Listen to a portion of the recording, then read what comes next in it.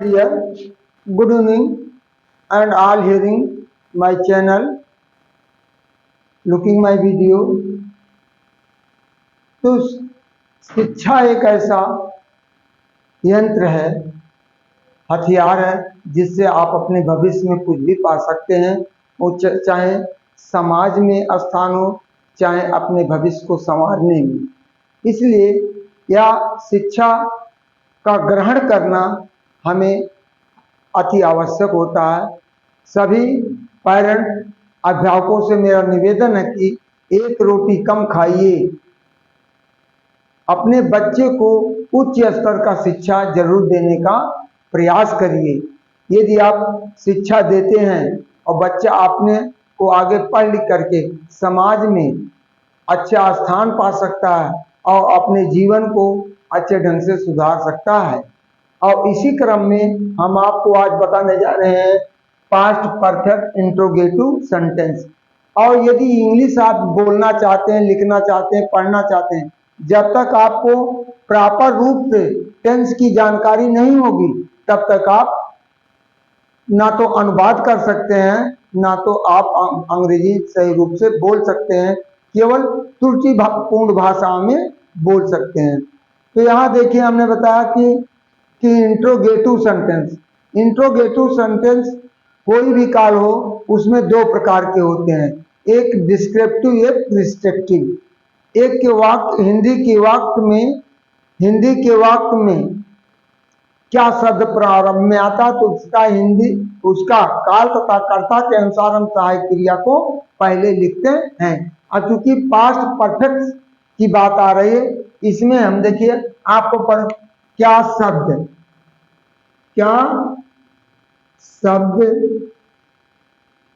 वाक्य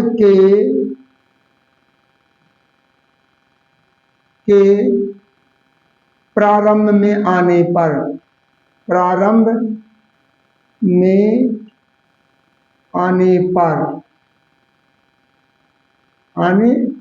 पर तो फार्मूला इसका है had plus both subject plus MV का third form plus O plus C plus mark of interrogation. यही उसकी मुख्य पहचान क्या इंट्रोगेटिव सेंटेंस है। क्या लड़के अपना कार्य समाप्त कर चुके थे?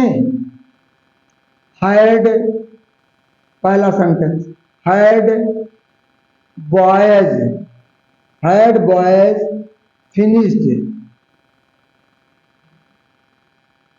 finished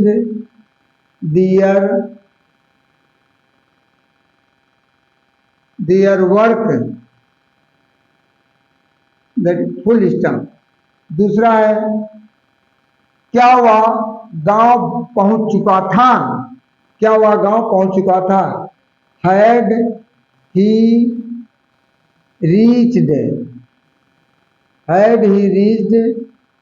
to village.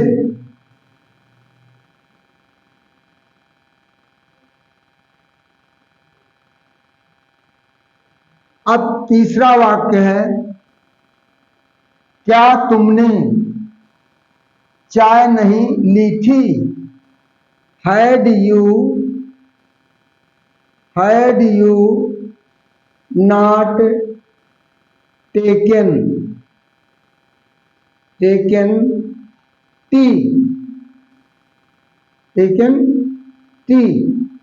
तो देखिए इस तरह यह हो गया। अब यह फर्स्ट टाइप का हो गया। अब हमारा सेकंड टर्म है प्रश्नवाचक शब्द। प्रश्नवाचक शब्द बीच में आने पर।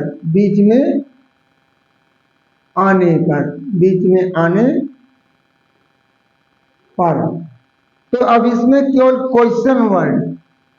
Question word plus had plus subject plus MV का third form plus O plus C plus mark of interrogation. अब करा उसने मुझे गाली क्यों दिया था, उसने मुझे गाली क्यों दिया था। पहला वाक्य,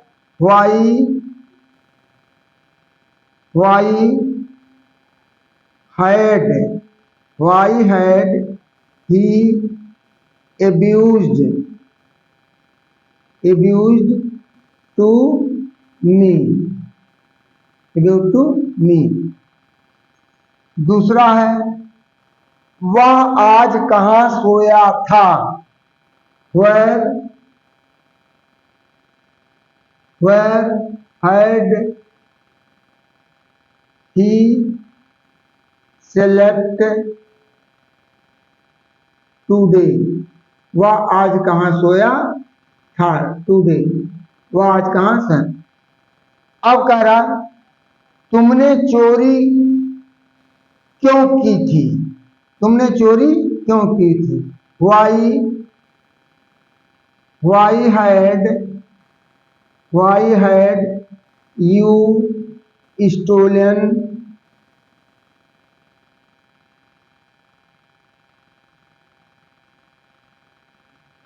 stolen अब चौथा वाक्य हम दे रहे हैं, लड़के आज पढ़ने क्यों नहीं आए थे। Why had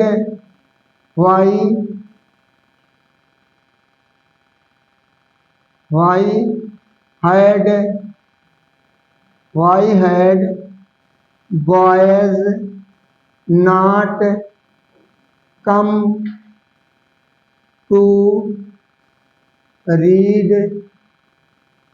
today, that is solved। तो इस तरह का हमारा आपको चलता रहेगा। तो ज्यादा ज्यादा हम 60 वीडियो लेकर चल रहे हैं, 60 वाक्यों में आपको कहीं भी लंबे से अनुवाद करना होगा तो लंबे अनुवादों को आप हिंदी के वाक्यों को पहले तोड़ना सीखिए। जब आप वाक्य को तोड़ेंगे तब आपके वाक्य में समझ में आएगा। तो एक 5वां वाक्य आपको हम पहले दे रहे हैं, एक अपरिचित आदमी गांव में कैसे क्यों टहला था। एक अपरिचित आदमी गांव में क्यों टहला था या कब टहला था। एक अपरिचित आदमी गांव में कब टहला था। When had a stranger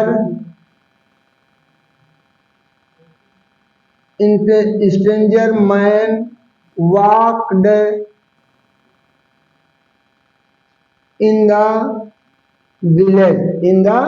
village, that is solved। तो इस तरह हमारा सभी दर्शकों से अनुरोध है कि आप कमेंट के द्वारा हमें सूचित करते रहिए, जिससे हम आपको जानकारियां देते रहें और आपको जिससे अंग्रेजी में कहीं किसी प्रकार की कोई त्रुटि ना होने पाए, चाहे अनुवाद से संबंधित हो, चाहे नरेशन से संबंधित, चाहे वर्ब वॉइस से संबंधित हो, चाहे ट्रांसफॉर्मेशन से संबंधित हो, चाहे सिंटैक्स से संबंधित हो। तो इस तरह हम आपको देते रहेंगे। इसी के साथ हम आज को आपको अलविदा करते हुए नमस्कार, good evening, good night, thank you, धन्यवाद।